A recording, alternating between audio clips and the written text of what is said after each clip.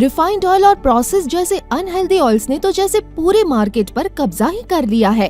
मगर अब आप इसकी चिंता ना करें, क्योंकि आ गया है वंश कोल्हू का प्योर सरसों कच्ची घानी ऑयल। लकड़ी कोल्हू मेथड से तैयार ये है नेचुरल और हेल्दी भी।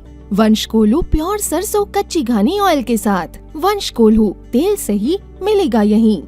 सीतापुर में एक ही परिवार के 6 लोगों के हत्याकांड के मामले में हर किसी की नज़र इस बात को लेकर लगी हुई है, या यूं कहें हर कोई ये जानना चाहता है कि जिस मामले को लेकर ये हत्याएं हुई, यानी संपत्ति ही इसमें जो है बताया गया है कि आरोपी हड़पना चाहता था, ईर्ष्या रखता था, और ख़ास बात यह है कि 6 लोगों की हत्या हुई थी। तो अब सवाल ये उठता है कि आखिर ये संपत्ति किसके नाम जाएगी, क्योंकि जिसकी हत्या हुई वो और उसकी माँ और उसकी पत्नी और तीनों बच्चों की मौत हो गई। अब बचा एक भाई, और वो जो भाई बचा वो उसी का हत्या आरोपी बन गया और जेल भेज दिया गया। अब ऐसे में जो उसके पास की संपत्ति है, 125 बीघा खेती है, वो खेती किसके पास जाएगी, नियमतः कानून हमारा क्या कहता है, और जो उसकी प्रॉपर्टी है वो उसका कौन वारिस होगा, वो किसके पास जाएगी, ये सब जानने के लिए हम पहुँचे हैं सीतापुर के वरिष्ठ अधिवक्ता हरिकरण लाल वर्मा जी के पास, जो इन मामलों के बहुत ही जानकार हैं। उन्हीं से जानने का प्रयास करेंगे। सर, आपने सीतापुर के पाल्हापुर हत्याकांड का मामला सुना होगा। अब क्या लगता है आपको, जो संपत्ति है, चूँकि आरोपी जेल चला गया, उसके परिवार का जो एक व्यक्ति बचा था, तो नियम क्या कहता है, कानून क्या कहता है? अब देखिए, जहाँ तक कृषि भूमि का सवाल है वह तो भाई को ही मिलेगी, लेकिन जो अन्य संपत्ति है, अचल संपत्ति या जो भी है, वह अगर ये साबित हो जाता है कि यही अपने भाई की हत्या करने वाला है, तो ये उत्तराधिकारी नहीं होगा। संपत्ति वो चाहे राज्य सरकार में चली जाए, इसको नहीं मिलेगी।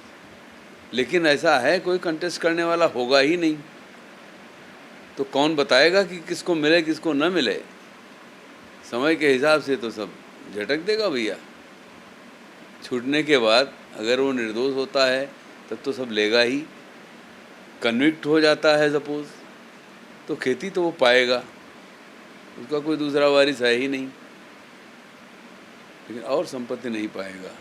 अच्छा, अगर जी बात करें ऐसे मामलों में प्रायः क्या देखा गया है, जब किसी के परिवार की हत्या होती तो वो क्रम वाइज कैसे खेती आती है परिवार में? क्या मतलब आपका है? सबसे पहले कौन होगा? हाँ जी। सबसे पहले तो पुत्र पुत्री विधवा ये वारिस होते हैं। इसके बाद आप देखें माता पिता होते हैं, फिर विवाहित पुत्री होती है, इसके बाद भाई आता है चौथे नंबर पर। भाई, अविवाहित बहन अगर कोई है, या अब तो थर्ड जेंडर भी शामिल हो गया है उसमें, अगर कोई है तो वो भी पाएगा, चाहे पुरुष ना हो चाहे स्त्री ना हो, वो तो पाएगा। ये क्रम है जी। तो पाल्हापुर के मामले में को आपने सुना होगा जिस तरीके से, क्या सुना है? मैं रोज पढ़ा है भैया। पहले कहा गया कि इसने स्वयं सबकी हत्या कर दी, फिर अपने गोली मार ली, और इसके बाद जो पेपर में आया वो ये आया कि 2 गोली पोस्टमार्टम के बाद व्यक्ति अपने मार नहीं सकता, इसलिए ये हत्या है।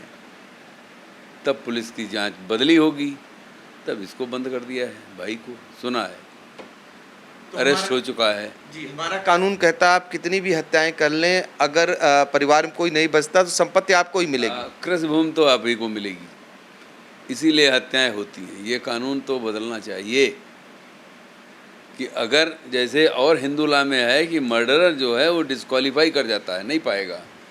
कृषि भूमि में कुछ ऐसा नहीं बनाया सरकार ने, बनाना चाहिए। भाई भाई को मार डालता है ज़मीन के लिए, और ज़मीन फिर उसी को मिल जाती है, तो मारना कितना आसान है। अगर 5 करोड़ की ज़मीन है तो मुकदमे में क्या खर्च होता है सब जानते हैं। कहीं न कहीं उसको मिल ही जाएगा लूज़ मामला, और वो निकल जाएगा। गवाह बढ़िया हुए, वकील बढ़िया हुआ, जज बढ़िया हुआ, तो 1 2 3 4 अदालतें हैं यहाँ से नीचे तक।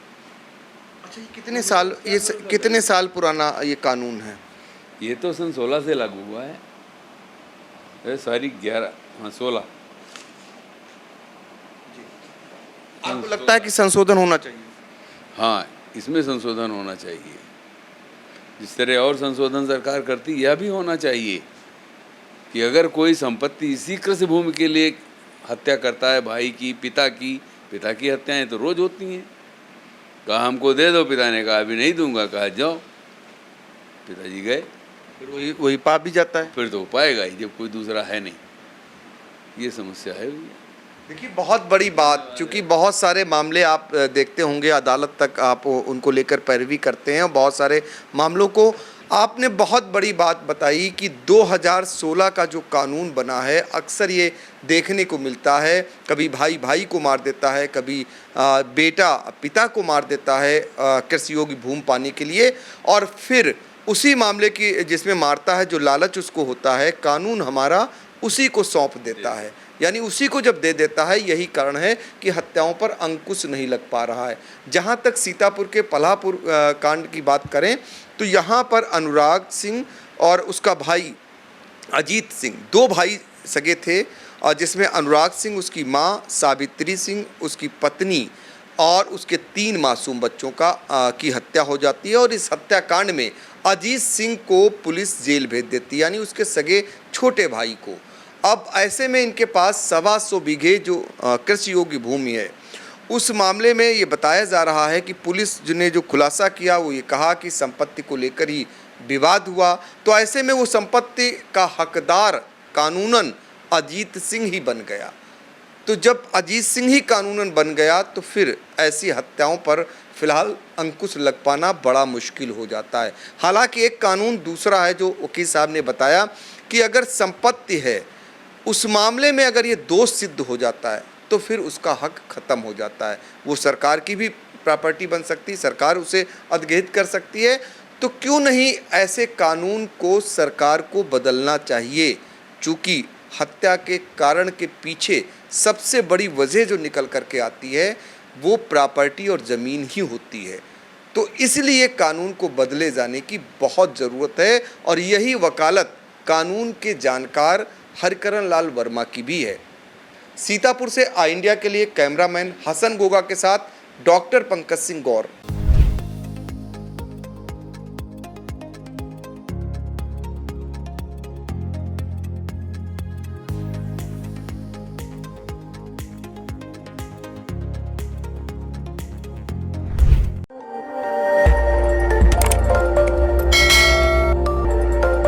खबर आपकी, नजर हमारी।